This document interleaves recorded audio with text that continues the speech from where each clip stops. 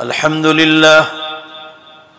لله نحمده ونستعينه ونستغفره ونؤمن به ونتوكل عليه ونعوذ بالله من شرور أنفسنا ومن سيئات أعمالنا من يهده الله فلا مضل له ومن يضلله فلا هادي له ونشهد أن لا إله إلا الله وحده لا شريك له ونشهد أن سيدنا ومولانا محمدا عبده ورسوله قال الله تبارك وتعالى أعوذ بالله من الشيطان الرجيم بسم الله الرحمن الرحيم وما أمروا إلا ليعبدوا الله مخلصين له الدين وقال تعالى وما كان لمؤمن ولا مؤمنة إذا قضى الله ورسوله أمرا أن يكون لهم الخيرة من أمرهم صدق الله مولانا العظيم. وعن حذيفة رضي الله تعالى عنه مرفوعا لا تقولوا ما شاء الله وشاء فلان ولكن قولوا ما شاء الله ثم شاء فلان وصدق رسوله النبي الأمي الكريم ونحن على ذلك لمن الشاهدين والشاكرين والحمد لله رب العالمين. قرآن پاک کی آیت میں اللہ تعالی شانہ نے ارشاد فرمایا کہ لوگوں کو اس بات کا حکم دیا گیا ہے کہ وہ اللہ کے سوا کسی کی عبادت نہ کریں. دوسری آیت شریفہ میں ارشاد فرمایا کسی مسلمان مرد کے لیے اور کسی مسلمان عورت کے لیے اس بات کی کوئی گنجائش نہیں ہے کہ جب ان کے سامنے اللہ اور نبی کا حکم آ جائے تو وہ اپنے من کے چونچلے چلائے یا اپنے من کی بات چلائے. اس کی کوئی گنجائش نہیں. یعنی مومن مرد اور عورت کے لیے سب سے پہلے اللہ کے حکم کو ماننا ہی پڑے گا اور اپنے معاملات کو پیچھے رکھنا پڑے گا. یہ دونوں آیتوں کا خلاصہ ہے. حضرت حذیفہ بن یمان رضی اللہ عنہ فرماتے ہیں حدیث آ رہی یہ حدیث ابو داؤد شریف اور طحاوی میں ہے.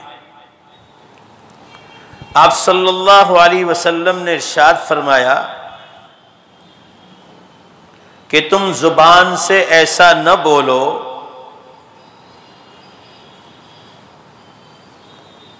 کہ جو اللہ چاہتا ہے وہ ہوگا اور فلاں نے چاہت وہ بھی ہوگا. دھیان سے اس حدیث کو سمجھنے کی کوشش کرو. آپ صلی اللہ علیہ وسلم یہ بتلانا چاہتے ہیں کہ بولو تو ایسا ہی بولو کہ جو چاہتا ہے چاہا ہے اور چاہے گا. زور سے بولو بے شک جو اللہ چاہے گا وہی ہوگا. مگر یہ نہ کہو کہ اللہ کے ساتھ فلاں شخص بھی چاہے گا. جیسے لوگ کہتے ہیں اللہ نے چاہ لیا تو تم نے چاہا. مطلب یہ بتلانا چاہتے ہیں کہ دونوں کی چاہت ایک جیسی ہے. فرمائیے شرک ہے. یہ آدمی کو کفر میں داخل کر دیتا ہے. بس ایک ہی بات پر اڑے رہو کہ جو چاہتا ہے اور چاہے گا. زور سے بولو وہ کون چاہے گا؟ اللہ چاہے گا وہی ہوگا. یہ اس کے ساتھ یہ مت بولو کہ فلاں بندہ بھی چاہے گا. بندہ اور خدا دونوں آسمان زمین کا فرق ہے. بلکہ یوں کہا کرو کہ جو اللہ تعالی چاہے گا بندہ کے دل میں وہی بات ڈالے گا. تو اللہ کے ڈالنے سے وہ ہوا وہ الگ چیز ہے. مگر کوئی آدمی یہ نہ سمجھے کہ اللہ کی چاہت اور بندے کی چاہت، اللہ کی صفت اور بندے کی صفت دونوں کو ایک چیز میں شریک نہ کیا جائے. فرمایا یہ آدمی کو کفر میں داخل کر دیتا ہے. جیسے بعض لوگ بولتے ہیں کہ اللہ کے بعد میرا تو آپ پر ہی بھروسہ ہے، بھروسہ اللہ پر بھی اور آپ پر بھی ہے، تو یہ آپ خدا اور بندے کو ایک چیز میں شریک کر رہی ہے، شرک کہلائے۔ ہاں آپ یہ کہہ سکتے ہیں میرا بھروسہ اللہ پر ہے، اللہ چاہے تو آپ جیسے آدمی کو اسباب بنا دے۔ ذرا زور سے بولو، فرق سمجھ لیں آپ، زور سے بولو نا، دونوں میں فرق ہے۔ اللہ چاہے گا تو آپ کو اسباب بنا دے گا، تو بھی چاہت بھی زور سے بولو کس کی ہوگی؟ اللہ کی چاہت پر ہوگی۔ مگر تو کہیں گے تو یہ کہیں گے تو اللہ چاہتا ہے یا چاہے گا، اور تو پھر اللہ اس بندے کے دل میں ڈالے گا۔ جیسے انسان کبھی قرض میں ہوتا ہے تو کسی کو کہہ دیتا تو ہمارا تو اللہ کے بعد آپ ہی پر بھروسہ ہے، یہ شرک کہلائے۔ کہنا ہو تو یوں کہے ہمارا بھروسہ اللہ ہی پر ہے اور اللہ چاہے گا تو آپ جیسے آدمی کو اسباب بنا دے گا، یہ شرک نہیں کہلائے۔ اور اس معاملے میں اللہ اور بندے کی چاہت ایک ہو جائے گی، اللہ اور بندے کو آپ ایک ساتھ شریک نہیں کر سکتے۔ علماء فرماتے ہیں صدیوں سے اس لمبی چوڑی کائنات کا نظم و نسق بہت اچھی طرح سے چل رہا ہے۔ بڑے سے بڑا کام تو کیا، چھوٹے سے چھوٹے معاملات کے وقوع پذیر ہونے کا اور نہ ہونے میں جو چیز کار فرما ہے وہ خالق کائنات کی مرضی کا منشا ہے، اللہ کے سوا کسی کی کوئی طاقت نہیں۔ جو کچھ ہو رہا ہے اس کی مشیت سے یعنی اللہ کی چاہت سے ہو رہا ہے، اور جو کچھ نہیں ہو رہا ہے ذرا زور سے بولتے جاؤ بے شک، اس میں بھی مکمل دخل اللہ ہی کی مرضی کا ہے۔ جو ہوتا ہے وہ بھی اللہ کی مرضی سے، اور زور سے بولو جو نہیں ہوتا ہے وہ بھی اللہ کی مرضی سے۔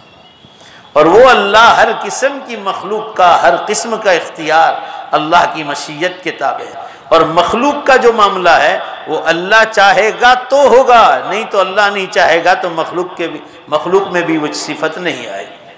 جیسے بارشوں کا دور ہو، جیسے آج کل بارش کا دور چل رہا ہے، یا قحط سالی کا زمانہ ہو، آندھیاں چل رہی ہو، یا ہوائیں تھم گئی ہو، زلزلے آ رہے ہوں، زمین اپنے خزانے باہر نکال رہی ہو، موت کا بھوت ناچ رہا ہو، یا زندگی کی لہر کا غلبہ ہو، خوشحالی کے لمحات ہوں یا تنگ سالی اور تنگ دستی کے حالات ہوں، فتوحات کی خوشخبریاں ہوں یا شکست اور ہار کی پریشانیاں ہوں، ضرورت کی چیزوں کی قیمتیں بڑھتی جا رہی ہو یا مفت تقسیم ہو رہی ہو، عوام کے سکون کا باعث بننے والے حکمران ظالم ہوں اور عوام کو ظلم و ستم کی چکی میں پیسنے والے بادشاہ آپ کے سر کے اوپر قابض ہوں، غرض یہ کہ جو کچھ ہوا، ہو رہا ہے یا ہوگا، پورا مجمع زور سے بولو اس میں کس کی چاہت ہے؟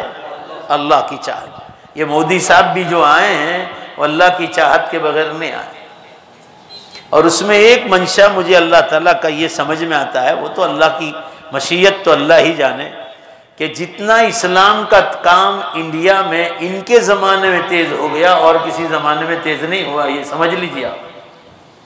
غیر مسلموں میں بھی جو کام چپ چاپ تیزی سے بڑھنے لگا وہ اس کے زمانے میں ہونے لگا، آج تک اتنا کام نہیں ہوا۔ میں بھی مسافر آدمی ہوں، ہر جگہ کے حالات کا پتہ چلتا رہتا ہے، اور بے جھجک اسلام میں داخل ہونے والے داخل ہو رہے ہیں، تو مسلمانوں کو فکر پیدا ہوئی کہ اب اسلام کا کیا ہوگا، مسلمانوں کا کیا ہوگا۔ تو دعوت کے جتنے مراحل ہیں، دعوت و تبلیغ کے، مسلمانوں میں ہو رہے ہوں یا غیر مسلم میں ہو رہے ہو، بہت تیز ہو گیا الحمدللہ رب العالمین۔ حافظ ابن حجر رحمۃ اللہ علیہ بخاری کے شارح ہیں، فقہ الحدیث پر فرماتے ہیں، اس حدیث مبارکہ سے معلوم ہوا کہ آدمی کا جو اللہ چاہے اور آپ چاہیں، کسی انسان کو کہے نا اللہ بھی چاہے اور کسی انسان سے کہو آپ چاہے، فرمائیے شرک ہے، یہ آدمی کو ایمان سے باہر کر دیتا ہے، کیونکہ اس جملے سے یہ وہم پیدا ہوتا ہے کہ اللہ اور بندے کی چاہت ایک درجے کی ہے۔ بھائی ذرا زور سے بولو نا، بات سمجھ میں آ رہی ہے آپ؟ لہذا چاہت زور سے بولو صرف اور صرف کس کی ہوگی؟ اللہ۔ اللہ چاہے گا تو بندے کے دل میں بات ڈالے گا، مگر دونوں کی صفت کو ایک نہیں مان سکتے۔ بعض پبلک میں لوگ ایسے ہیں، وہ یہ دعویٰ کرتے ہیں مالی غیر اللہ وانت، اللہ تعالیٰ اور تیرے علاوہ میرا کوئی بھی نہیں۔ جیسے میں نے ابھی شروع میں کہا، بعض لوگ کہتے ہیں بھائی اللہ تعالیٰ کے بعد تو ہی میرا سہارا ہے، یہ بولتے ہیں۔ اور بعض لوگ کہتے ہیں توکلنا علی اللہ وعلیک، ہم نے اللہ تعالیٰ پر اور تجھ پر بھروسہ کیا ہے۔ بعض لوگ یوں کہتے ہیں بسم اللہ والوطن، اللہ کے نام سے اور ہمارے وطن کے نام سے۔ تو فرمایا یہ سب شرکیہ کلمات ہیں جو آدمی کو ایک سیکنڈ میں ایمان سے باہر کر دیتے ہیں۔ اس لیے دوبارہ زور سے بولو، جو کچھ ہوتا ہے اور ہوگا وہ کس کی چاہت سے ہوگا، اور جو کچھ ہوا وہ بھی کس کی چاہت سے ہوا؟ اللہ کی چاہت سے۔ اللہ تعالیٰ کے ادب کا تقاضا یہ ہے کہ توبہ کرتے ہوئے ان کلمات کو چھوڑ دیا جائے۔ لہذا کوئی آدمی کہے تو یہ کہے جو کچھ کرتا ہے میرا بھروسہ تو صرف اور صرف اللہ پر ہے۔ کسی انسان کو نہ کہے، اپنے مالک کو جہاں آپ نوکری کرتے ہیں، یا آپ کے پیر کو یا آپ کے استاد کو بھی، کہ اللہ کے بعد میرا آپ پر بھروسہ ہے، یہ شرکیہ کلمات ہے۔ ہاں یہ کہہ سکتے ہیں آپ کہ بھروسہ میرا اللہ پر ہے، اور اللہ چاہے گا تو آپ جیسے آدمی کو اسباب بنا دے، یہ آدمی کو شرک میں داخل نہیں کرتا ہے، کیونکہ اللہ تعالیٰ کی، کسی کو اللہ تعالیٰ کی مشیت میں کوئی دخل حاصل نہیں، وہی کچھ ہوتا ہے جو وہ چاہتا ہے۔ تمام مخلوقات کی مرضی اللہ کی چاہت کے تابع ہے، یہ یاد رکھیے گا۔ دوسری حدیث آ رہی ہے ان سہل بن حنیف رضی اللہ عنہ ان رسول اللہ صلی اللہ علیہ وسلم حدثه قال لي رسول الله صلى الله عليه وسلم انت رسولي الى مكة فاقرهم مني لهم السلام وقل لهم ان رسول الله صلى الله عليه وسلم يأمركم بثلاث لا تحلفوا بآبائكم وفي رواية بغير الله واذا خلوتم فلا تستقبلوا القبلة ولا تستدبروها ولا تستنجوا بعظم ولا ببعر۔ یہ روایت کو حاکم نے مستدرک میں ذکر کیا اور امام احمد نے مسند احمد میں ذکر کیا ہے۔ اس روایت کا مقصد ہے کہ قسم کھائی جائے تو صرف اللہ ہی کی کھائی جائے۔ ماں باپ کی قسم بھی جائز نہیں، حرام ہے۔ اپنے بیٹے بیٹیوں کی قسم کھانا بھی حرام ہے، روزی کی قسم کھانا بھی حرام ہے، کرسی کی قسم کھانا بھی حرام ہے۔ پورا مجمع ذرا زور سے بولو نا، قسم صرف کس کی کھائی جائے گی؟ صرف اللہ کی۔ حضرت سہل بن حنیف رضی اللہ عنہ فرماتے ہیں کہ رسول اللہ صلی اللہ علیہ وسلم نے حضرت سہل سے فرمایا، دھیان سے سنیے، حضور نے حضرت سہل سے فرمایا کہ تو مکے جا رہا ہے تو مکے والوں کی طرف تو میرا ایلچی ہے۔ جیسے فورن منسٹر ہوتا ہے گورنمنٹ کا، اسی قسم کے یہ آپ صلی اللہ علیہ وسلم کے قاصد تھے۔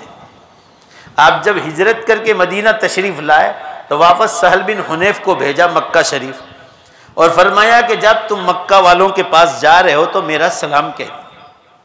یہ کون کہلوا رہا ہے؟ زور سے بولو نا، آپ صلی اللہ علیہ وسلم۔ کون بول رہے ہیں؟ آپ صلی اللہ علیہ وسلم سلام کہلوا رہے مدینے میں رہ کر مکہ والوں کو، مکے میں جو اہل ایمان ہیں، ایمان والے، ان کو سلام کہلوا رہے، اور ان کو یہ بتلانا کہ رسول اللہ صلی اللہ علیہ وسلم نے تم کو 3 چیزوں کا حکم دیا ہے، آپ 3 چیزوں کا حکم فرما رہے ہیں۔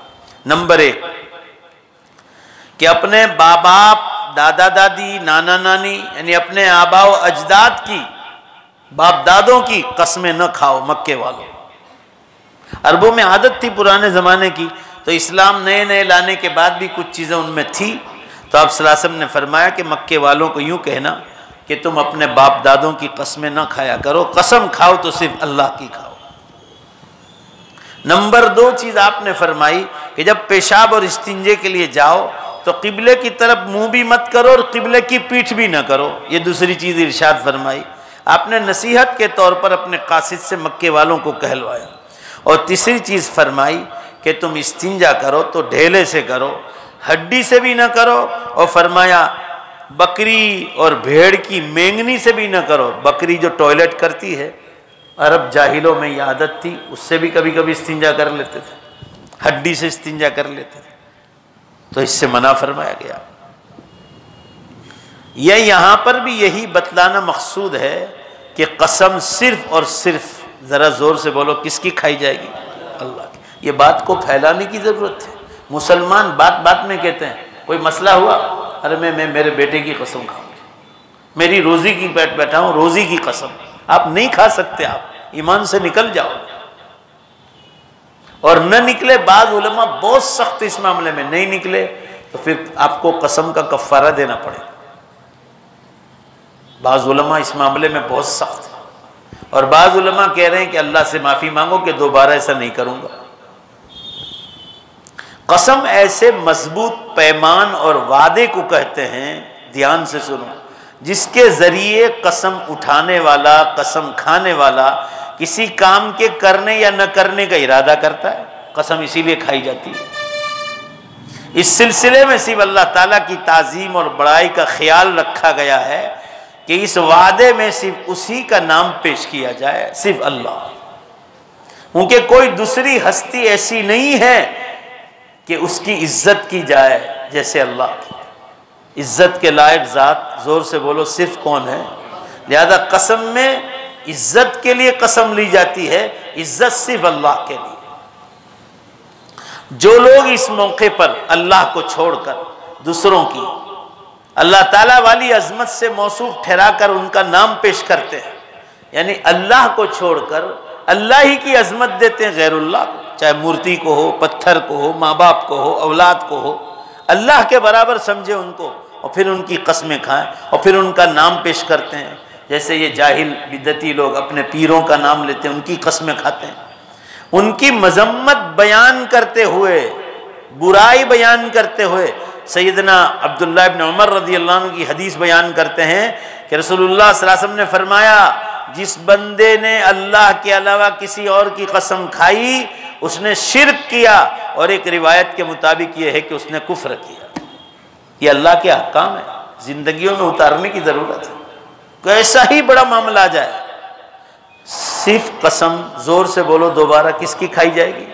اور سچائی کا معاملہ ہو تو ہی کھائی جائے گی، جھوٹی کھاؤ گے تو اور بڑے گنہگار ہو۔ لکھا ہے کہ بعض مرید لوگ یا مرید جیسے لوگ اپنے پیروں کی اور سرکاروں کی قسمیں اٹھاتے ہیں، ان کو متنبہ ہو رہ جانا چاہیے، یعنی ڈرنا چاہیے اللہ سے۔ ایک روایت میں نبی اکرم صلی اللہ علیہ وسلم نے ایک دیہاتی کے بارے میں فرمایا، ایک دیہاتی کے بارے میں کیا فرمایا؟ اس کے باپ کی قسم، اگر اس نے سچ کہا ہے تو وہ کامیاب ہو گیا۔ آپ صلی اللہ علیہ وسلم نے ان کی نقل اتاری غیر کی، کیونکہ ان کے یہاں باپ کی قسم کھائی جاتی تھی۔ آپ صلی اللہ علیہ وسلم نے یہ جب صحابہ نئے نئے ایمان لائے تو ایسا بولتے تھے، تو آپ صلی اللہ علیہ وسلم نے یہ بول کر بعد میں یہ ارشاد فرمایا کہ جو تم باپ کی قسمیں کھاتے ہو، میں بھی ایک جملہ بول کر تمہیں بتاؤں کہ یہ جو دیہاتی کہہ رہا ہے کہ میں نماز پڑھوں گا، روزے رکھوں گا، اس میں کمی نہ کروں گا، تو آپ صلی اللہ علیہ وسلم نے فرمایا اس کے باپ کی قسم اگر وہ سچ بولتا ہے تو کامیاب ہو گیا۔ تو یہ لوگ باپ کی، باپ دادوں کی قسمیں کھاتے تھے، آپ صلی اللہ علیہ وسلم نے اس کو عملی طور پر کر کے بتلا کر یہ بتلایا کہ جو باپ کی قسم کھاتا ہے اللہ کی طرح، حالانکہ قسم اللہ کی کھانی چاہیے، فرمایا جس نے ایسا کام کیا اس نے شرک کا کام کیا، جس نے بھی ایسا کام کیا اس نے شرک کا کام کیا۔ بعض مرتبہ صحابہ کو عادت تھی پرانی، تو بولتے تھے میرے باپ کی قسم یا تیرے باپ کی قسم، تو صحابہ اگر کھاتے بھی تھے تو علماء نے لکھا ہے قسم عظمت کے لیے کھائی جاتی ہے، اللہ کی عظمت کے لیے، مگر ماں باپ کو اللہ کی عظمت کی طرح برابر نہیں مانتے تھے صحابہ کرام۔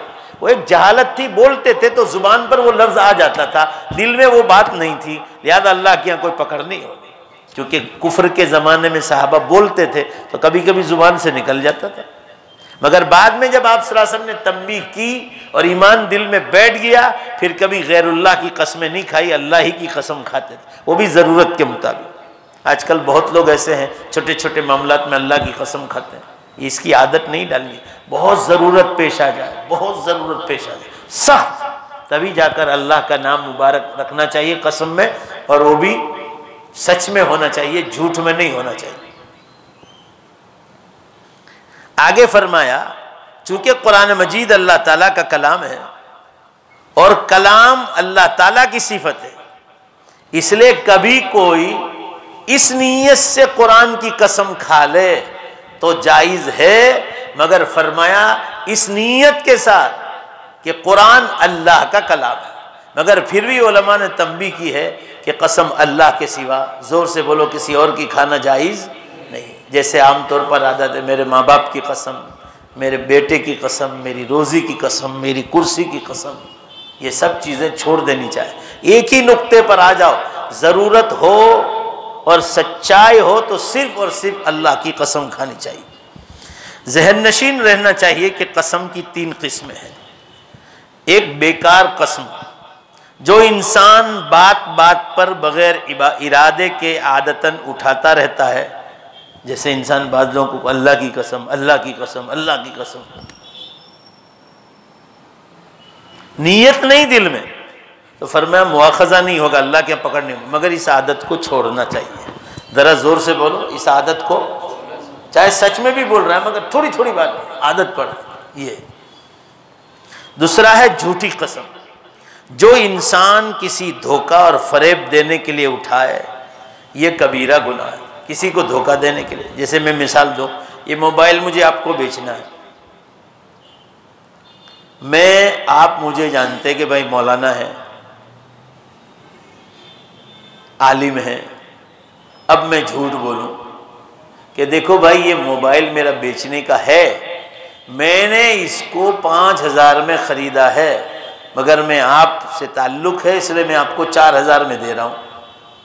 حالانکہ مجھے ذرا زور سے بولو، مسئلہ سمجھا رہا ہوں، میں نے 5,000 میں خریدا نہیں ہے، میں جھوٹ بول رہا ہوں آپ کے سامنے والے گاہک کو دھوکہ دینے کے لیے، یہ جھوٹی قسم کہلائے۔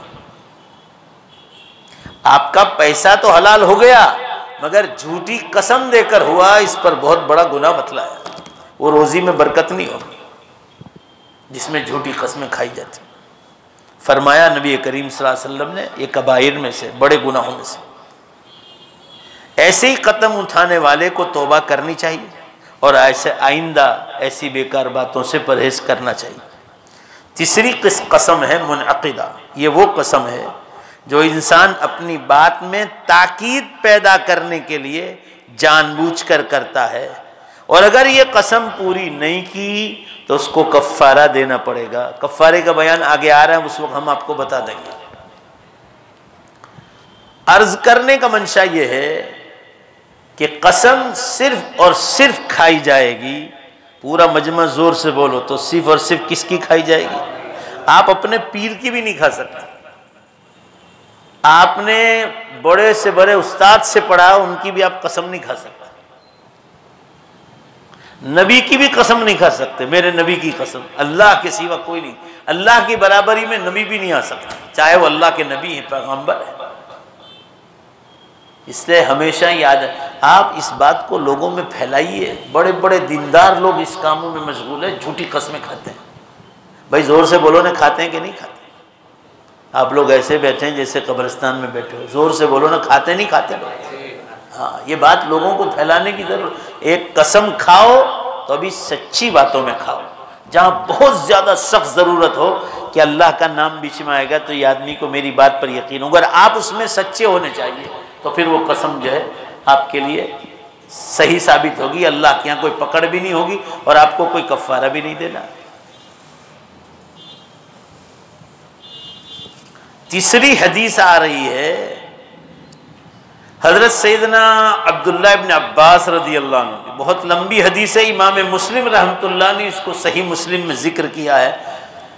عبارت پڑھ دیتا ہوں، ترجمہ کرتا ہوں، عبارت ہو جائے گا تو بہت لمبا ہو جائے گا۔ حضرت سیدنا عبداللہ ابن عباس رضی اللہ عنہ فرماتے ہیں کہ ایک آدمی رسول اللہ صلی اللہ علیہ وسلم کے پاس آئے، دھیان سے سنو، حضرت ابوبکر صدیق رضی اللہ عنہ اس خواب کی تعبیر بیان کر اور کہا میں نے رات کو ایک خواب دیکھا۔ ایک آدمی آیا آپ صلی اللہ علیہ وسلم کے پاس اس نے کہا میں نے ایک خواب دیکھا ہے۔ کیا دیکھتا ہوں خواب میں؟ کہ ایک چھت ہے، چھت جیسے مسجد کا چھت ہے نا، اس نے خواب میں دیکھا کہ چھت ہے میرے سر پر، اور اس سے گھی اور شہد ٹپک رہا۔ گھی تو جانتے ہیں، گھی اور شہد یہ کھانا بھی چاہیے، بہت مفید جو ہے، صبح میں اگر کھاؤ یہ بہت مفید بھی ہے، مگر جس کو پریشر کی تکلیف ہو اس کو گھی کو ہاتھ بھی نہیں لگانا چاہیے۔ پریشر نہیں ہے تو شہد اور گھی کھانا چاہیے، یا صرف شہد کھاؤ۔ پچھلے بیان میں آپ کو بتایا تھا، بخاری اور مسلم کی صحیح حدیث ہے کہ روزانہ 3 چمچ جو شہد پیے گا یا کھائے گا اس کو کبھی کوئی بڑی بیماری لاحق نہیں ہوگی۔ اس کا تعلق یقین کے ساتھ ہے۔ ذرا زور سے بولو، کس کے ساتھ ہے؟ یقین مضبوط ہونا چاہیے۔ یقین ہوگا تو اللہ کی 100% مدد آئے گی، کوئی بیماری بڑی بیماری لاحق نہیں ہوگی۔ میں نے آپ کو بتایا تھا کہ میں بالٹیوں کی بالٹیاں پی گیا ہوں، الحمدللہ، اور پینا ہی چاہیے۔ روٹی کے ساتھ کھا لو صبح شام، البتہ گرم غصہ جس کا دماغ بہت زیادہ گرم رہتا ہو، علماء نے لکھا ہے کہ اس کو گرمی کے زمانے میں نہیں کھانا چاہیے، سردیوں میں اور اس کو بارشی میں کھانا چاہیے کیونکہ وہ بھی گرم ہے۔ ٹھنڈے وقت رات کو لے لے گرمی کے زمانے میں، صحت تو آپ کی ایسی رہے گی کہ کوئی بیماری پھڑکنے نہیں پائے گی انشاءاللہ۔ مذاق نہیں کر رہا ہوں، میرا خود کا تجربہ ہے۔ شہد گھر میں ختم ہو اس سے پہلے آ جانا چاہیے۔ یہ ہے سرکہ ہے، یہ بہت مفید چیز ہے، مگر میں نے آپ کو کل پچھلی مجلس میں بتایا تھا نا کہ 1 کلو بادام اگر 800-900 روپے کی ہے، کہو وہ کھاؤ تو نہیں کھائیں گے۔ 2000 روپے کلو گٹکے ملتے ہیں، وہ ضرور کھائیں گے۔ بولو نا بھائی، صحیح کہہ رہا ہوں غلط کہہ رہا ہوں؟ کھائیں گے اس کو۔ 555 مہنگی ہے، کاجو بادام سستے ہیں، اس کو نہیں کھائیں گے۔ میں کہتا ہوں تو ہنس کے نکال دیتے، ارے بھیا سچی بات کہہ رہا ہوں، وہ مہنگی ہے، وہ کلو میں لے جاؤ، یہ کلو میں کھاؤ تو آپ کی تندرستی کہاں پہنچ جائے گی؟ کلو شہد پی جاؤ اس کے مقابلے۔ خیر، تو اس کو گھی، انہوں نے خواب دیکھا کہ چھت ہے اور اس چھت میں سے گھی اور شہد ٹپک رہا ہے۔ میں نے دیکھا کہ لوگ اس سے چلو بھر رہے ہیں، ایسے دیکھو اس کو چلو کہتے ہیں، کوئی بہت زیادہ لے رہا ہے اور کوئی کم، اور ادھر ایک رسی ہے سامنے جو زمین سے لے کر آسمان تک پہنچ رہی ہے، رسی اوپر سے آ رہی نیچے تک۔ دھیان سے سنو، میں نے اللہ کے رسول صلی اللہ علیہ وسلم آپ کو دیکھا کہ آپ نے اس رسی کو پکڑا اور آپ اوپر چڑھ گئے، پھر ایک دوسرے آدمی نے اس کو پکڑا اسی رسی کو، وہ بھی اوپر چڑھ گیا، اور پھر ایک تیسرے آدمی نے پکڑا، وہ بھی اوپر چڑھ گیا، پھر ایک آدمی نے اس کو پکڑا، چوتھے آدمی نے، مگر وہ رسی ٹوٹ گئی۔ وہ رسی، خواب سنو، آپ صلی اللہ علیہ وسلم کے سامنے یہ خواب آ رہا ہے، وہ رسی ٹوٹ گئی، پھر اس رسی کو گرہ مار کر جوڑ دیا گیا۔ حضرت ابوبکر صدیق رضی اللہ عنہ وہاں بیٹھے ہوئے تھے، تشریف فرما تھے، وہ کہنے لگے اللہ کے رسول، میرے ماں باپ آپ پر قربان ہوں، اگر آپ مجھے اجازت دے دیں تو اس خواب کی تعبیر میں بیان کروں۔ آپ صلی اللہ علیہ وسلم نے فرمایا ٹھیک ہے آپ بیان کرو۔ دیکھو یہ ادب، دیکھو آپ صلی اللہ علیہ وسلم سے بڑھ کر کوئی استاد نہیں تھا، مگر اجازت لی، پہلے اجازت لی کہ آپ اجازت دو، تو اس سے سبق مل رہا ہے کہ بڑوں کا احترام ہر وقت ملحوظ رہنا چاہیے۔ آپ صلی اللہ علیہ وسلم نے فرمایا ٹھیک ہے آپ بیان کرو۔ حضرت ابوبکر صدیق رضی اللہ عنہ خواب کی تعبیر بیان کر رہے ہیں کہ وہ آدمی جو خواب سنا رہا ہے اللہ کے رسول کے اوپر چھت ہے، کہا یہ چھت اسلام ہے۔ چھت کی تعبیر کیا ہے بھائی، بولو نا، آپ کو اس لیے بلوا رہا ہوں تاکہ آپ کو سبق یاد ہو جائے۔ چھت اسلام مذہب ہے، اس کی طرف اشارہ ہے، اور اس سے ٹپکنے والے شہد اور گھی سے مراد قرآن اور حدیث ہے، قرآن پاک اور حدیث کی مٹھاس ہے، یہ آسمان سے ٹپک رہا ہے۔ بس کوئی قرآن کا زیادہ حصہ سیکھنے والا ہے اور کوئی کم، اور جو آسمان سے زمین تک پہنچنے والی رسی ہے وہ بالکل برحق ہے، وہ حق ہے، حق ہے یعنی جس پر اللہ کے نبی آپ برابر قائم ہیں، اور اللہ تعالیٰ شانہ آپ کو اس کے ذریعے سے اسلام کے حق کے ذریعے بلند فرمائے گا۔ پھر اس کو ایک آدمی پکڑے گا، وہ بھی اس کے ساتھ بلندی پر فائز ہوگا، پھر اس کو ایک اور آدمی پکڑے گا، وہ بھی بلندی پر فائز ہوگا، پھر اس کو ایک اور آدمی پکڑے گا، وہ ٹوٹ جائے گی، پھر اس رسی کو گرہ مار کر گانٹھ دیا جاتا ہے، پھر وہ اس کو جوڑا جائے گا، پھر وہ بھی اوپر ہو جائے گا سر بلند۔ پھر آگے سنیے، حضرت ابوبکر صدیق رضی اللہ عنہ فرمانے لگے، اللہ کے رسول میرے ماں باپ آپ پر قربان ہو، مجھے آپ یہ بتلائیے کہ میری بیان کردہ تعبیر صحیح ہے یا غلط ہے؟ یا رسول اللہ بی ابی و انت امی اصبت ام اخطأت، میں نے جو تعبیر بیان کی وہ صحیح یا غلط؟ دیکھو یہاں بھی ادب دیکھو، پہلے پوچھ رہے ہیں میں نے جو تعبیر بیان کی آپ کی اجازت لی، اور اب جو میں نے بیان کی وہ صحیح ہے غلط؟ تو جو چیز تھی آپ صلی اللہ علیہ وسلم اس کو بتلا رہے ہیں۔ فرمایا، آپ صلی اللہ علیہ وسلم نے فرمایا کہ تو نے جو بعض حصے بیان کیے وہ تو صحیح ہے، اور بعض میں تو نے غلطی کی۔ ابوبکر صدیق رضی اللہ عنہ، سیدنا ابوبکر صدیق رضی اللہ عنہ فرمایا، اللہ کی قسم آپ ضرور میری غلطی پر مجھے واقف کریں گے۔ آپ صلی اللہ علیہ وسلم نے فرمایا، ابوبکر قسم نہ کھاؤ، ذرا زور سے بولو، آپ صلی اللہ علیہ وسلم نے کیا فرمایا؟ کیا فرمایا؟ یہ ایسی بات نہیں کہ اس پر قسم کھانے کی ضرورت ہے، اللہ کی قسم ضرورت نہ ہو، زور سے بولو، تو قسم کھانے کی ضرورت۔ پوری حدیث کا خلاصہ یہی ہے۔ اب ذرا سمجھ لو، اس آدمی کا خواب جو چھت دیکھا وہ اسلام ہے، رسی جو دیکھی وہ یہ ہے کہ جو اس کو تھامے گا وہ سر بلند ہو جائے گا۔ آپ صلی اللہ علیہ وسلم نے پکڑی، آپ صلی اللہ علیہ وسلم اوپر پہنچ گئے، سیدنا ابوبکر صدیق اور دوسرے آدمی جو پکڑا اور وہ بھی اوپر چڑھ گیا، وہ سیدنا ابوبکر صدیق رضی اللہ عنہ تھے۔ اور حافظ ابن حجر اسقلانی رحمۃ اللہ علیہ نے حدیث کی شرح میں لکھا ہے کہ پہلے آدمی آپ صلی اللہ علیہ وسلم تھے، دوسرے ابوبکر صدیق چڑھ گئے، تیسرے سیدنا عمر فاروق رضی اللہ عنہ چڑھ گئے، اور رسی ٹوٹ گئی اور پھر جوڑی گئی۔ اس سے فرمایا حضرت عثمان غنی رضی اللہ عنہ کا جو قتل میں شہید ہوئے وہ اس کی طرف اشارہ ہے کہ ان کے آنے کے بعد گڑبڑیاں پیدا ہوگی، اور اس کے بعد جو ہے وہ رسی حضرت عثمان غنی کے بعد جو گرہ مار کر رسی کو جوڑ دی گئی وہ حضرت علی کرم اللہ وجہہ کا زمانہ ہے، جس میں بعد کے کام کو ٹھیک کر دیا گیا۔ اگر ذرا آپ زور سے بولو، آپ بات سمجھ میں آ گئی تو میں آگے چلوں، بات سمجھ میں آ رہی ہے آپ لوگ؟ جی ماشاءاللہ۔ سیدنا عثمان غنی رضی اللہ عنہ کو بلوائیوں نے شہید کر دیا تھا، اور وہ قرآن کی تلاوت کر رہے تھے۔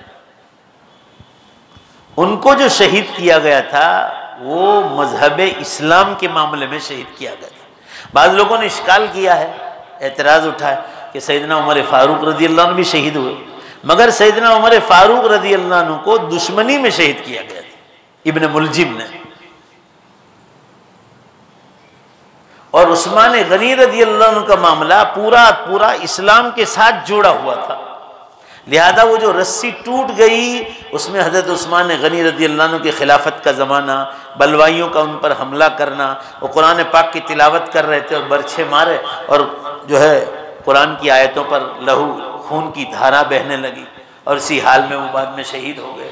تو وہ رسی ٹوٹنے کی طرف ان کی خلافت کے دور کی طرف اشارہ ہے۔ آپ صلی اللہ علیہ وسلم نے حضرت ابوبکر صدیق رضی اللہ عنہ سے فرمایا کہ بعض چیزیں تو تم نے صحیح کہی اور بعض میں تم نے غلطی کی۔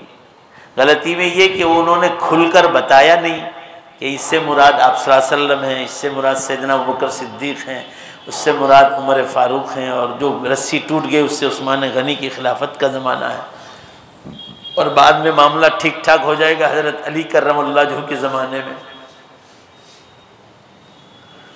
علماء نے لکھا ہے کہ پھر آپ صلی اللہ علیہ وسلم نے بیان کیوں نہیں کیا؟ حضرت ابوبکر صدیق رضی اللہ عنہ تو بیان نہیں فرمایا، مگر آپ صلی اللہ علیہ وسلم نے اس بات کو کیوں کھولا نہیں؟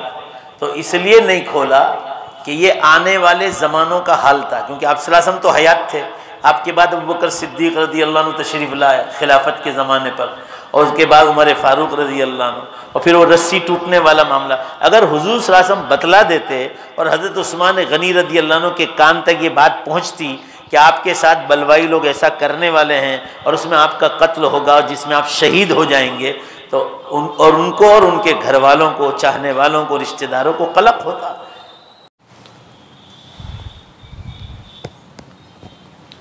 بسم اللہ الرحمن الرحیم۔ وقت جو ہے یہ اللہ کی بہت بڑی نعمت ہے۔ جو وقت چلا جائے وہ لوٹ کے آتا نہیں ہے۔ بڑے خوش نصیب ہے وہ حضرات جو وقت کی قدر کرتے ہیں اور اپنے وقت کو وصول کرتے ہیں۔ ایک بڑا طبقہ ہے جو قبرستان میں ہے، جو آج وقت کی قدر کرنے کے لیے تیار ہے، اللہ کا ہونے کے لیے تیار ہے، لیکن توبہ کا دروازہ بند ہو چکا ہے۔ میرے اور آپ کے پاس وقت ہے، ہم لوگ طے کریں کہ انشاءاللہ وقت کی قدر کریں گے۔ ابھی تک جو وقت گزر گیا سو گزر گیا، اس پر استغفار کریں ندامت کے ساتھ۔ ابھی میرے اور آپ کے پاس جو وقت ہے اس کی قدر کریں۔ جو حضرات وقت کی قدر کرتے ہیں دنیا بھی ان کی قدر کرتی ہے۔ ایک تو یہ بات۔ دوسری بات، اللہ سے مانگنا سیکھ لو، ہاتھ پھیلانا سیکھ لو۔ سارے مسائل حل ہو سکتے ہیں اگر ہمیں دعا کی توفیق ہو جائے۔ طے کرو انشاءاللہ جب بھی مسجد میں آئیں گے تو اللہ کے سامنے ہاتھ ضرور پھیلائیں گے، اللہ سے ضرور مانگیں گے۔ مانگو اسی سے جو دے خوشی سے اور نہ کہیں کسی سے۔ دنیا والوں سے مانگو تو دنیا والے ناراض، اور اللہ سے نہ مانگو تو اللہ ناراض۔ اللہ تعالی ہمیں اپنے سامنے مانگنے کی، ہاتھ پھیلانے کی، دامن پھیلانے کی اور دل کی حاضری کے ساتھ دعا کرنے کی اللہ ہمیں توفیق اور سعادت نصیب فرمائے۔ ایک بات عرض کر دوں، انشاءاللہ پھر دعا کر لیں گے۔ ایک بات یہ طے کرو کہ انشاءاللہ اللہ کے دین کو پہلے نمبر پر رکھیں گے اور دنیا کو دوسرے نمبر پر رکھیں گے۔ دین کو پہلے نمبر پر، دنیا دوسرے نمبر پر۔ جو شخص دین کو پہلے نمبر پر رکھے گا، دنیا کو دوسرے نمبر پر رکھے گا، اللہ تبارک و تعالی اس کی بھرپور مدد فرمائیں گے۔ اللہ اس کو برکتوں والی حلال روزی عطا فرمائیں گے، عافیت والی، عزتوں والی اللہ اس کو زندگی نصیب فرمائیں گے۔ اللہ اس دنیا میں اس کو حیاتاً طیبہ پاکیزہ زندگی نصیب فرمائیں گے۔ دنیا میں رہتے ہوئے انشاءاللہ جنت کا مزہ آئے گا۔ اور جو شخص دنیا کو پہلے نمبر پر اور اللہ کے دین کو دوسرے نمبر پر رکھے گا، مقدر کی روزی اسے بھی ملے گی، سر پڑی ملے گی، ٹینشنوں کے ساتھ ملے گی، بیماریوں کے ساتھ ملے گی، ڈاکٹروں کا چکر کاٹے کاٹے ملے گی، وہ بندہ پریشان ہو جائے گا۔ اس لیے ہمیں ایک بات یہ طے کرنی ہے، اللہ کے دین کو پہلے نمبر پر رکھنا ہے اور دنیا کو دوسرے نمبر پر رکھنا ہے۔ اللہ کے دین کو ہم آگے رکھیں گے، دنیا آٹومیٹک پیچھے آئے گی۔ اور اگر دنیا کو پہلے نمبر پر رکھا، اللہ دنیا میں پھانس دیں گے۔ 10 کام ہے، 10 راستے نکلیں گے، کام مشکل ہو جائے گا، 24 گھنٹے بھی کم پڑیں گے۔ اور اگر اللہ کے دین کو پہلے نمبر پر رکھا، 10 کام کو اللہ سمیٹ دیں گے، وقت میں برکت نصیب فرمائیں گے۔ ایک مثال سے اس عاجز کی بات کو سمجھو۔ ایک شخص تھے، وہ بھینس کو کھینچ رہے تھے، تو بھینس آگے ہی نہیں آ رہی۔ ان کے بھائی نے کہا، بھائی کیا ہوا؟ کہا یہ بھینس آگے نہیں آ رہی ہے، محنت کرتا ہوں، کوشش کرتا ہوں۔ دونوں بھائی نے ہمت کی، پھر بھی بھینس آگے نہیں آ رہی۔ ان کا بیٹا آیا، کہا ابو کیا کر رہے ہو؟ میں جیم میں جاتا ہوں نا، آپ دیکھو میں کھینچتا ہوں۔ کہا بیٹا بھینس ہلتی تو ہے، آگے نہیں آتی۔ تینوں نے مل کر بھینس کو کھینچا، پھر بھینس آگے نہیں آئی۔ ان کی بیوی نے کہا چلو میں بھی طاقت لگاتی ہوں۔ میرے عزیزو، چاروں نے مل کر بھینس کو کھینچا لیکن بھینس آگے نہیں آئی۔ ایک دیہاتی شخص کھڑے تھے پیچھے، انہوں نے کہا بھائی اتنی محنت کر رہے ہو، کوشش کر رہے ہو اور بھینس آگے نہیں آ رہی، بھینس کو آگے لانے کا طریقہ یہ نہیں ہے۔ کہا پھر کیا طریقہ ہے؟ کہ اس کا بچہ کہاں ہے؟ کہہ رہا اس کا بچہ، کہ اس کے بچے کو آگے لے کر چلو، بھینس آٹومیٹک پیچھے چلے گی۔ تو ایک شخص نے اس کے بچے کو اٹھایا اور آگے لے کر چلا، بھینس آٹومیٹک پیچھے چلنے لگی۔ میرے عزیزو، فرعون نے بھی بہت کھینچا تھا بھینس کو، دنیا کو، دنیا ہاتھ میں آئی نہیں، نہ قارون کے ہاتھ میں آئی، نہ مغل بادشاہوں کے ہاتھ میں آئی۔ تو میرے عزیزوں اگر ہم دنیا کو کھینچتے رہیں گے تو یہ دنیا ہاتھ میں آئے گی نہیں۔ پھر انہوں نے کیا کیا، بھینس کے بچے کو اٹھا کر آگے چلے تو بھینس پیچھے پیچھے آ گئی۔ وہ بھینس کا جو بچہ تھا نا وہ اللہ کا دین ہے۔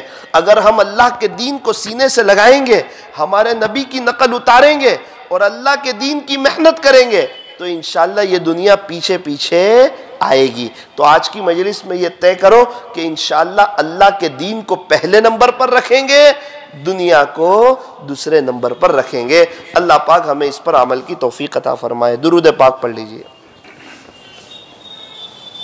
الحمدللہ رب العالمین حمدا کثیرا طیبا مبارکا فیہ کما یحب ویرضا یا رب صلی وسلم دائما ابدا على حبیبک خیر الخلق کلہم لا الہ الا انت سبحانک انا کنا من الظالمین۔ پیارے اللہ، رحیم مولا، کریم آقا، اللہ جی بے شک ہم بہت ہی بڑے گنہگار، خطاکار، سیاہکار، مجرم اور پاپی ہیں۔ رب کریم، دن کے اجالے میں، رات کے اندھیرے میں، جلوت میں، خلوت میں، تنہائیوں میں بہت گناہ کیے ہوئے ہیں۔ پیارے اللہ ہمارے گناہوں کو معاف فرما۔ اے اللہ بے شک ہمارے گناہ بہت زیادہ ہیں، بہت زیادہ ہیں اللہ، لیکن اللہ جی ہمیں یہ بھی پتہ ہے کہ آپ کی رحمت کے مقابلے میں ہمارے گناہ کچھ نہیں ہے۔ آپ کی رحمت ہمارے گناہوں سے بہت زیادہ ہے۔ اے وسیع رحمت والے، اپنی رحمت کی چادر ہمیں ڈھانپ لیجئے۔ اللہ ہمارے گناہوں کو معاف فرما دیجئے۔ اللہ جی ہم گناہوں سے بچنا چاہتے ہیں، ہم آپ کے دین پر چلنا چاہتے ہیں، دین کو پہلے نمبر پر رکھنا چاہتے ہیں۔ رب کریم گناہوں سے بچا لیجئے، ہمیں اس کی توفیق عطا فرما دیجئے۔ اے اللہ یہ لوگ آپ کی محبت میں آئے ہوئے ہیں، حضرت کی مجلس میں آپ کی محبت میں آئے ہوئے ہیں، آپ کو لینے کے لیے آئے ہوئے ہیں، آپ کو ڈھونڈتے ڈھونڈتے آ گئے ہیں، آپ کو تلاش کرتے کرتے آ گئے ہیں۔ اے اللہ ہماری حاضری کو قبول فرما، ہمارے لیے آخرت میں نجات کا ذریعہ فرما۔ اپنی محبت، اپنا تعلق، اپنا عشق، اپنا قرب اور درد دل عطا فرما۔ امت کی فکر، امت کا غم، امت کا درد اور امت کی کوڑھن عطا فرما۔ اللہ ہمیں دین کی مبارک محنت کے لیے، دور کے لیے، دیر کے لیے، سارے عالم کے لیے اخلاص کے ساتھ اپنے فضل سے قبول فرما۔ اللہ جی ہمیں ایسا بنا دیجئے کہ ہم آپ کو پسند آ جائیں۔ پیارے رب ہم سے کوئی ایسا کام لے لیجئے جو آپ کو پسند آ جائے۔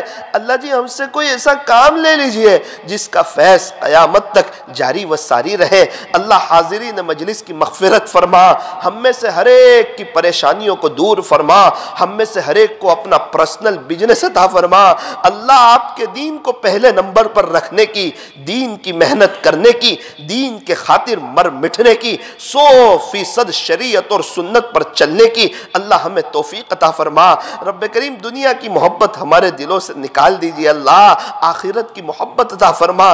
جب دنیا سے جانے کا وقت آئے حسن خاتمہ کی دولت سے مالا مال فرمانا۔ پیارے اللہ ہر پیر کو یہاں پر حضرت مولانا خلیل احمد دیوا والے صاحب کی یہاں مجلس ہوتی ہے، اللہ حضرت کی مجلس کو قبول فرما، ان کے یہاں آنے کو قبول فرما۔ اے اللہ علاقے والے کو، صورت والے کو زیادہ سے زیادہ ان سے استفادے کی توفیق عطا فرما۔ پیارے اللہ حضرت کی آمد کو قبول فرما، انہیں صحت عاجلہ کاملہ دائمہ مستمرہ عطا فرما۔ اے اللہ ان کے علاج میں تاثیر پیدا فرما۔ اللہ حضرت کی برکت سے ہماری بھی مغفرت فرما، پوری امت کی مغفرت فرما۔ جو ایمان والے چلے گئے اللہ ان کی قبروں کو نور سے منور فرما۔ اللہ ہر فرد بشر، ہر فرد جن کو اور ان کی قیامت تک کی آنے والی نسلوں کو اپنے خزانہ غیب سے ایمان عطا فرما۔ صلی اللہ تعالی علی خیر خلقہ محمد وآلہ واصحابہ اجمعین برحمتک یا ارحم الراحمین۔